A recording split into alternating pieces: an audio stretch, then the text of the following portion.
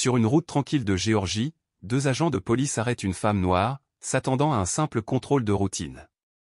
Ils rient en lui passant les menottes, convaincus d'avoir la situation bien en main. Ils vont jusqu'à glisser de la drogue dans sa voiture, certains que personne ne les remettra jamais en question. Mais ils ignorent encore à qui ils ont affaire. Elle n'est pas une conductrice ordinaire. Elle s'appelle Alana Brox. Et elle est directrice de la DEA. Son arrestation, loin d'être une simple bavure, va déclencher une onde de choc. Elle mettra en lumière un système corrompu jusqu'à la moelle et allumera l'étincelle d'une enquête fédérale qui fera tomber toute une chaîne de commandements pourris.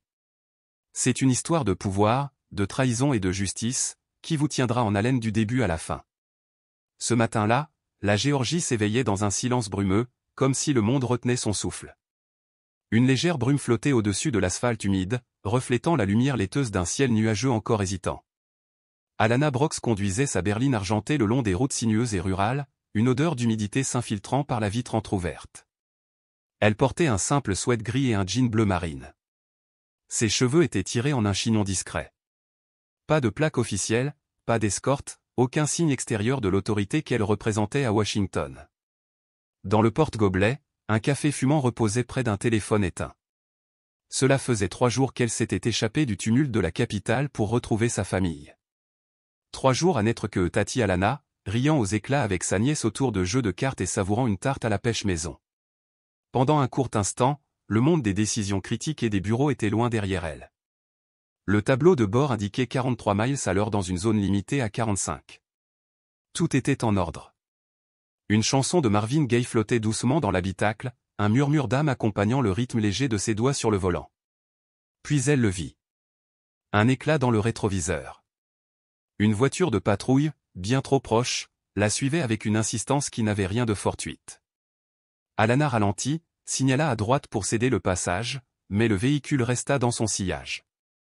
Les gyrophares bleus et rouges s'allumèrent sans un son, comme une injonction silencieuse. Alana se gara sur l'accotement de gravier, ses mains bien visibles sur le volant, son dos droit, le regard fixé droit devant.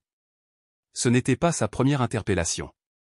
Elle connaissait les règles du jeu, respect, calme, maîtrise de soi. Mais une tension familière se noua dans sa poitrine alors que les 2 officiers s'approchaient. L'un, un homme blanc au menton carré et à la peau burinée, tapa 2 fois sur la vitre du bout des doigts. L'autre, plus jeune, arborait une hostilité contenue et se positionna près du coffre, surveillant son angle mort. « Bonjour, agent. Y a-t-il une raison à ce contrôle » demanda Alana en baissant la vitre à mi-hauteur, la voix calme mais assurée. L'agent plus âgé ne répondit pas tout de suite. Ses yeux la scrutaient, allant de son visage à ses mains toujours posées sur le volant. « Permis et carte grise » dit-il d'une voix sèche, sous un ton de courtoisie feinte. « Contrôle de routine. » Vous étiez un peu hors de votre voie. Je n'ai pas remarqué de dérapage, répondit-elle posément. Mais voici ce que vous demandez. Elle ouvrit le vide-poche avec des gestes lents et précis, en sortit les documents. Chaque mouvement semblait chorégraphié, comme si elle connaissait cette danse de la prudence par cœur. Le second agent, Tran, s'approcha du coffre, inspectant l'intérieur de la voiture du regard. L'agent plus âgé fronça les sourcils en lisant le permis. Brox, murmura-t-il. Vous êtes en visite chez de la famille ? Elle acquiesça sans rien ajouter. Il garda le permis une seconde de trop, puis fit un discret signe de tête à son collègue. Ouvre le coffre, ordonna-t-il. Alana ne bougea pas. Est-ce une demande ou un ordre légal ? Demanda-t-elle, sa voix ferme mais sans provocation. L'agent Tran changea de position, sa main se rapprochant du bâton à sa ceinture. Y a-t-il quelque chose là-dedans qu'on devrait savoir ? Je sais ce qu'il y a dans mon coffre, répondit-elle, la voix posée mais ferme. Et j'aimerais connaître la raison de cette fouille. Pas besoin de discuter, madame, rétorqua l'agent plus âgé, toujours en possession de son permis. Soit vous coopérez, soit on fait ça à la dure. Un silence tendu s'installa. Alana appuya sur le bouton. Un clic discret retentit alors que le coffre s'ouvrait. Le jeune agent disparut vers l'arrière du véhicule. Elle resta immobile, les yeux fixés droit devant, tandis que l'autre policier restait posté à sa fenêtre, son visage impassible, indéchiffrable. Tran revint quelques instants plus tard, tenant un sachet en plastique transparent contenant une poudre blanche. Eh bien, lança-t-il en le brandissant devant elle. On dirait que vous avez oublié de faire vos valises correctement, non? Alana ne s'y a pas. Cela n'était pas dans mon coffre. Vous en êtes sûr? Ricana Teil avec un sourire moqueur. Absolument sûr. L'agent plus âgé se pencha alors vers elle, son haleine fétide envahissant l'habitacle. Madame, vous n'êtes plus à Washington. Continuez à jouer à la maligne et on vous fera regretter votre arrogance. Alana le fixa lentement. Son regard était tranchant, mais calme. Je connais mes droits, et je les invoque. Je ne consens pas à cette fouille et j'exige la présence d'un avocat.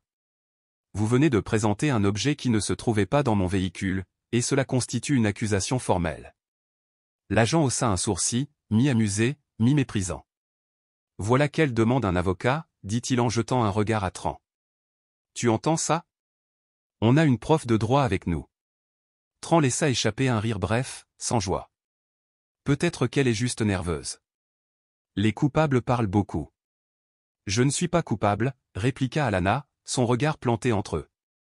Et si vous étiez si sûr de votre arrestation, vous n'auriez pas besoin de vous cacher derrière des sarcasmes pour masquer vos abus. Vous savez que c'est illégal. Et moi aussi. L'agent fit un pas en avant. Sa présence devint oppressante. Ce ton-là, murmura-t-il en la jaugeant, continuez, et on ajoutera l'obstruction à votre dossier. Vous vous croyez spécial, mais ici, les gens apprennent vite qu'un badge signifie « obéis ». Alana ne broncha pas. Alors obéissez à la loi et appelez un superviseur. Toute interaction sans lui est une violation directe de votre propre protocole. Le moment devint fragile, chargé d'électricité. L'agent recula, le visage durci. Sortez du véhicule, ordonna-t-il d'une voix basse et sèche. Non, répondit-elle, ferme mais calme. Passant la présence d'un superviseur. Vous n'avez aucun droit de me fouiller.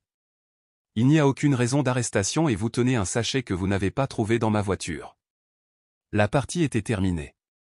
L'agent ouvrit brusquement la portière depuis le panneau intérieur, l'arracha violemment, et la tira hors du véhicule. Tran s'élança, détacha sa ceinture, et l'extirpa de force. Leurs gestes étaient synchronisés, comme s'ils avaient déjà fait cela des dizaines de fois. Ils ne lui ont pas lu ses droits, n'ont donné aucune explication sur les accusations. Ils l'ont simplement tiré dehors, sans ménagement. Les menottes lui serraient les poignets bien plus que nécessaire non pas par protocole, mais par envie manifeste de faire mal. Alana ne s'est pas débattue, mais elle n'a rien fait pour leur faciliter la tâche non plus. Elle gardait le dos droit, le menton levé. Ceci est illégal, déclara-t-elle d'une voix empreinte d'autorité. J'ai obéi à tous vos ordres. Je n'ai opposé aucune résistance. Cette poudre ne se trouvait pas dans mon coffre. Je vous demande vous matriculer le nom de votre supérieur. Ils n'ont pas répondu. Ils l'ont conduite jusqu'à la voiture de patrouille dans un silence pesant, la poussant avec une indifférence presque théâtrale. Les voitures qui passaient ralentissaient, les conducteurs observant ce qu'ils croyaient être une arrestation ordinaire. Personne ne savait vraiment qui elle était. Cet anonymat, cruel pour elle, était une liberté perfide pour les agents. Au poste, l'air empestait le café rassis et le produit à récurer. Le sergent de garde leva les yeux, attrapa une planchette sans grand intérêt, et nota les charges, possession et obstruction. Mais lorsqu'il entra le nom d'Alana dans le système, quelque chose changea. Ses doigts s'arrêtèrent. Ses yeux se plissèrent. L'écran clignota, révélant une photo officielle et un titre, Brox, Alana aux directrices, Agence fédérale de lutte contre la drogue, DEA. Niveau d'accès classifié, 5, contact fédéral immédiat requis. Le sergent pâlit. Madame, nous ne savions pas. Balbutia-t-il en attrapant le téléphone. Il me faut une ligne sécurisée. Maintenant. Mais Alana ne perdit pas une seconde. Sécuriser le bâtiment. Bloquer tous les accès internes. Je veux les enregistrements vidéo scellés, chaque carte d'accès désactivée, et le bureau des détentions verrouillé. Ce poste est désormais sous contrôle fédéral. Moins d'une heure plus tard, l'équipe de la DEA arrivait sur les lieux. Les officiers Maddox et Callaway avaient disparu, mais les preuves, elles, commencèrent à parler. Le sac contenant la drogue portait un code de suivi fédéral, lié à une opération sous-scellée qui n'aurait jamais dû quitter un entrepôt sécurisé. Quelqu'un avait volé des preuves fédérales pour piéger Alana. L'enquête s'intensifia. Les dossiers révélèrent un schéma inquiétant, des contrôles sélectifs visant majoritairement des conducteurs noirs ou latinos, sans enregistrement vidéo. Une affaire ressortait du lot, Jordan Lamar, 22 ans, retrouvé mort en garde à vue. Suicide présumé, sans preuve solide. Une vidéo filmée par un passant, jamais versée au dossier, montrait Maddox et Callaway l'arrêtant avec une force démesurée. Alana ordonna la réouverture du dossier.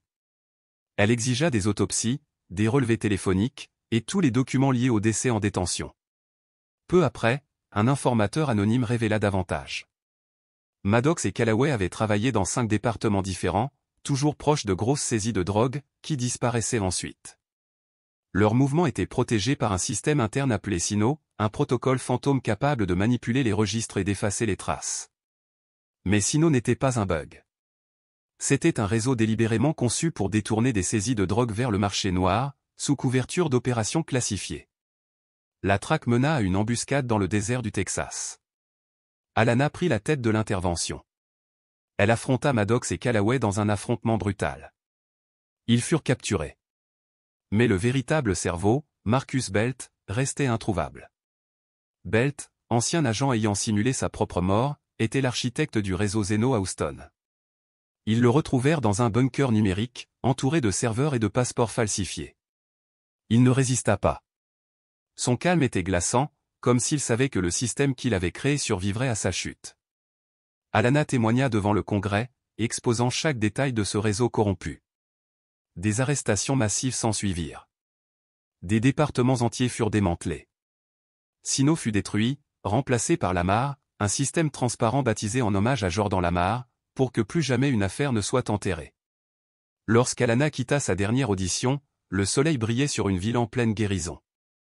Il n'y eut pas d'applaudissements, seulement le silence. Celui d'un monde qui, enfin, avait appris à écouter. La justice n'est pas arrivée sous les feux de la rampe, mais par la persévérance d'une femme qui a refusé de se taire. Aujourd'hui, le système qui protégeait les coupables œuvre à défendre les innocents. Mais une question demeure, jusqu'où peut aller un système avant que quelqu'un ne dise stop? Quelles histoires restent encore à révéler? Partagez vos pensées dans les commentaires, et dites-nous d'où vous nous écoutez. Si cette histoire vous a touché, transmettez-la à quelqu'un qui a besoin d'entendre que la vérité, même tardive, finit toujours par triompher.